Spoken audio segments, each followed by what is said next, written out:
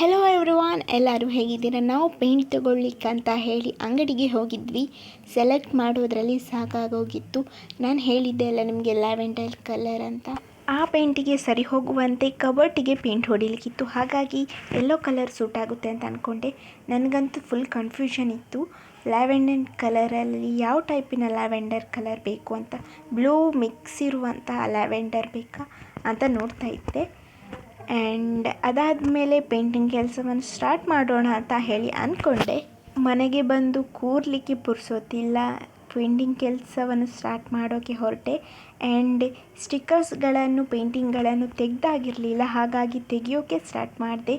ಇದೊಂದು ಕೃಷ್ಣನ ಸ್ಟಿಕ್ಕರ್ ಮಾತ್ರ ಲಾಸ್ ಆಗೋಯಿತು, ತೆಗಿಯೋಕ್ಕಾಗಲಿಲ್ಲ. ಹಾಗಾಗಿ ಹರಿದೇ ತೆಗಿಬೇಕಾಯಿತು. ಆ್ಯಂಡ್ ಉಳಿದದನ್ನೆಲ್ಲ ನೀಟಾಗಿ ಎಬ್ಬಿಸಬಹುದಾಗಿತ್ತು.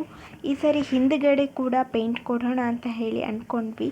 ಸ್ವಲ್ಪ ಹೆಚ್ಚಿಗೆ ದಿನ ಬಾಳಿಕೆ ಬರಲಿಕ್ಕೂ ಹೆಲ್ಪ್ ಆಗ್ತದೆ, ಪೇಂಟ್ ಹೊಡೆದಿಟ್ಟರೆ ನೀಟಾಗೂ ಇರುತ್ತೆ ಅಂತ ಹೇಳಿಕೊಂಡು. ಆ್ಯಂಡ್ ಈ ಸರಿ ಬುಕ್ ಇಡುವ ಕಬೋರ್ಡಿಗೆ ಯೆಲ್ಲೋ ಕಲರ್ ಕಾಂಬಿನೇಷನ್ ಜೊತೆಗೆ ಈ ಮೆರೂನ್ ಕಲರನ್ನು ಹೊಡಿಸೋಣ ಅಂತ ಇದ್ದೇವೆ.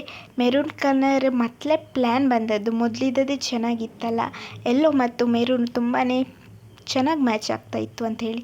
ಹಾಗಾಗಿ ಸ್ವಲ್ಪ ಅವಸರ ಮಾಡಿ ಮೆರೂನ್ ಕಲರ್ ಮೊದಲಿದ್ದ ಜಾಗಕ್ಕೆ ಕೂಡ ಹೊಡೆದು ಬಿಟ್ಟೆ. ಹಾಗಾಗಿ ಈಗ ಮತ್ತೆ ಮೆರೂನ್ ಕಲರನ್ನು ತಂದು ಹೊಡಿಬೇಕಾಗಿದೆ.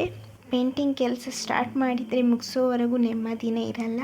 ಹಾಗಾಗಿ ಪೇಂಟಿಂಗ್ ಕೆಲಸವನ್ನು ಆದಷ್ಟು ಬೇಗ ಮುಗಿಸ್ಬೇಕು ಅಂತ ಇದ್ದೇನೆ. ನೀವು ನೋಡ್ತಾ ಇರ್ತೀರಲ್ಲ ಎಷ್ಟು ಬೇಗ ಮುಗಿಸ್ತೀನಿ ಅಂತ. Thank you for watching.